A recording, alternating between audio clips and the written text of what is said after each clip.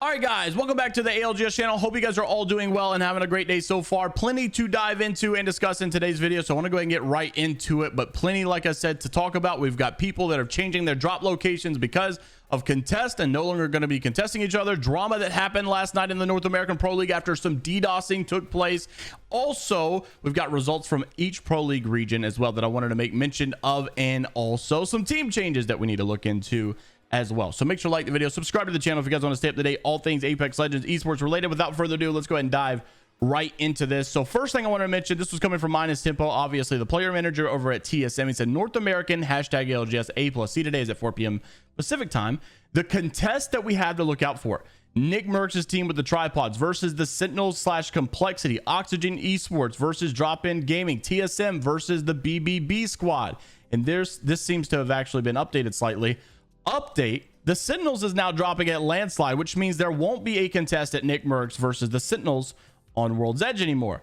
And then also we had some drama about location drops as well and contesting that we're about to get into very shortly. If I can find it right here, this seems to have happened last night after we had North American Pro League. While we were in the middle of these games, there seemed to have been a DDoS that taken place, and you could even see the Twitch chat at the time where all the pros at once kind of knew when the lobby disconnected. They said, wait a second, that was a DDoS. I'm pretty sure that was a server DDoS, and they all kind of came to the conclusion that that's what it was. Well, the problem was we were in the middle of a game, and teams that already had kills, teams that already had, placement points, and this is where things started to get a little weird. So FaZe obviously seemed to have had a good start. They had 3 KP for Frexes, and he said, nah, man, no way. Give me my 3 KP back. Obviously, when the game restarted, they just decided to restart the entire game, and there was some issues in that. So TSM actually had their conversations as well. But first, it started off with Zachmazer. So Zachmazer had said unexplainably upset about that server crash because while killing TSM in Godspot, which would have landed them 0 points off the restart, they got 10 points. That coincidence is so hard to believe with how rare that happens. Surely nothing intentionally, but so frustrating. All good. I wonder if he's maybe assuming that maybe a diehard TSM fan decided to DDoS after that happened. However, this did get retweeted by Imperial Hound. There's a lot of drama here. I think it's very funny for a team to be talking so confident that you were, quote, killing us when you just ran like a bee to fight for your POI. I can't wait till we meet again. Just watch. And so obviously there was a lot of drama here.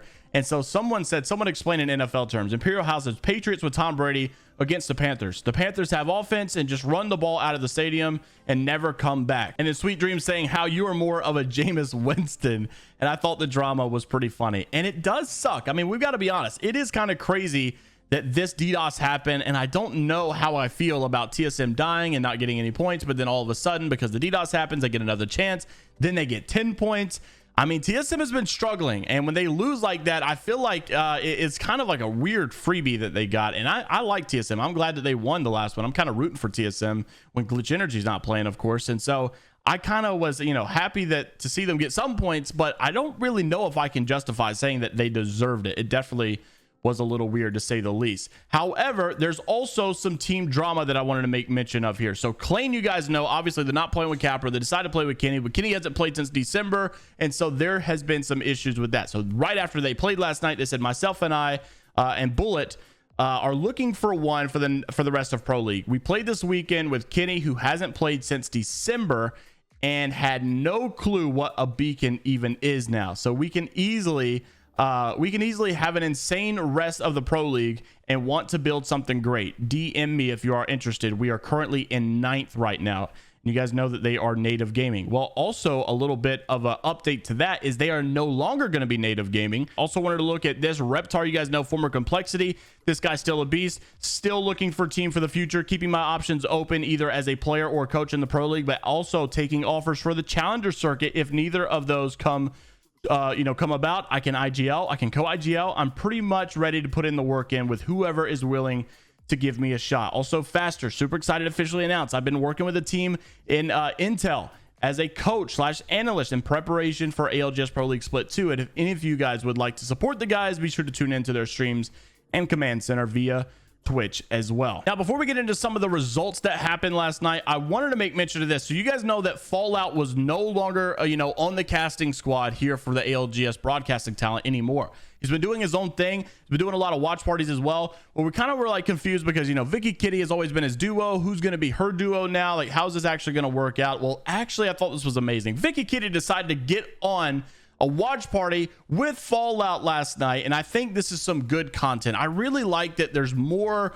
broadcasting talent that is showcasing the ALGS Pro League, and not to try to like toot my own horn, but I'm glad that there's an ALGS channel now that can kind of bring more action to this, because Apex is such a good esport at its core, right? The whole legend ability stuff makes for some amazing gameplay. It's consistent. It's much more fun to watch than a game like Fortnite or Warzone. I definitely think it's the best battle royale, especially competitively.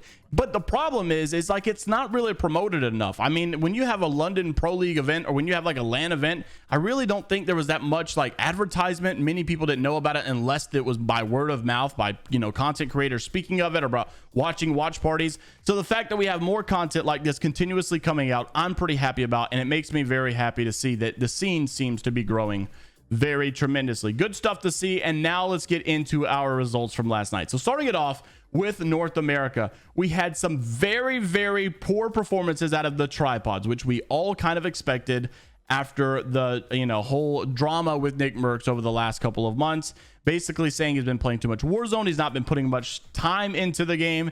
And in one hand, it's really hard to argue that fact. Obviously, when they only get 3 points overall for the Pro League, it's like, okay, yeah, definitely they're not doing so hot. They got to figure it out. But when you also look at TSM, they just won the last LAN event. We know TSM is putting in the work, and they're not even performing at this point. Lanimal's also having a very hard time. And so this is like some pretty upsetting news for a lot of these teams.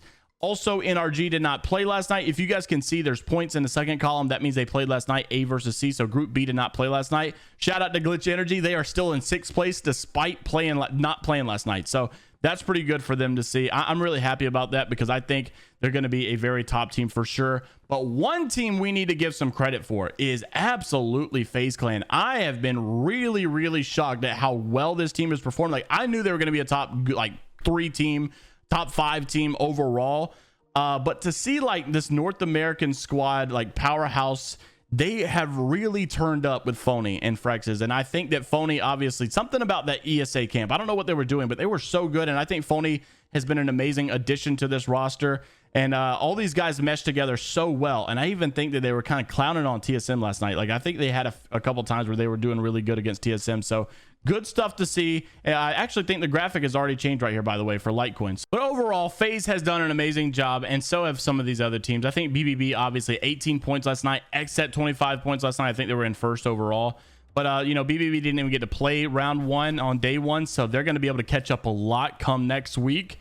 And so will Glitch Energy as well, because they didn't get to play day 2. So I'm pretty excited to see how all of this stuff goes down. Tripods has got to step it up. TSM has got to step it up. Furia only 6 points, not the best showing as well. Lanimal's got to step it up. A lot of these teams are going to have to do much better than what they did just this week, and we'll see if they're able to do so. But also, we had some other teams to talk about as well right here. This was coming from the South America region. It's no surprise that Singularity is dominating this competition with 90 points. And a lot of these squads you may not know. Obviously, Kick is another team that we saw at the LAN event, but for the most part, Singularity is always the team that's dominating in the South American region. We know that these guys are absolutely insane. Also, in the European region, we saw Fire Beavers pop off day 1, and now they didn't play yesterday, so they didn't get a pop off again. But Vexed obviously doing an amazing job. Ascend doing very good in 2nd place as well. KCP didn't get to play last night, but they did good. Alliance didn't get to play last night, but they did good. So we're going to see, obviously, next week, some of these scores will make a little bit more sense. But yeah, I really like how good some of these teams are playing, and I like how consistent it seems to be showing. Now, for the APAC North region, they have actually not started playing their games yet. It seems like they've got no points at all. So I'm not really sure what's going on over there. And I don't keep up with it quite as much, so maybe they're a little bit behind.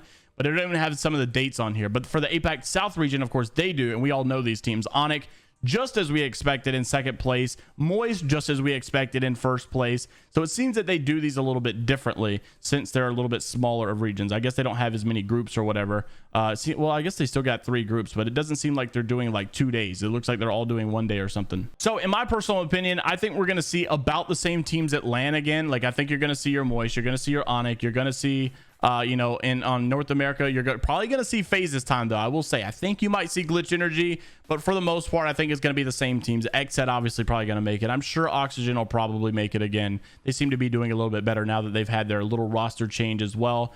And then for the most part, though, I think it's going to be nice to see Fire Beavers show up. I think that Fire Beavers would have made some pretty big noise at the LAN event, and considering they didn't get to go, it kind of sucked, but I'm glad that they're going to be able to go this time. Despite all of that, let me know what you guys think about what's going on in the North American Pro League since that DDoS took place last night. TSM going at it with BBB, some new drop spot locations, some team updates, changes as well. And I'll see you guys all in the next one. Make sure to like, subscribe to the channel if you guys want to stay up to date, all things Apex Legends esports related. And until the next time, I'll see you later, Gators.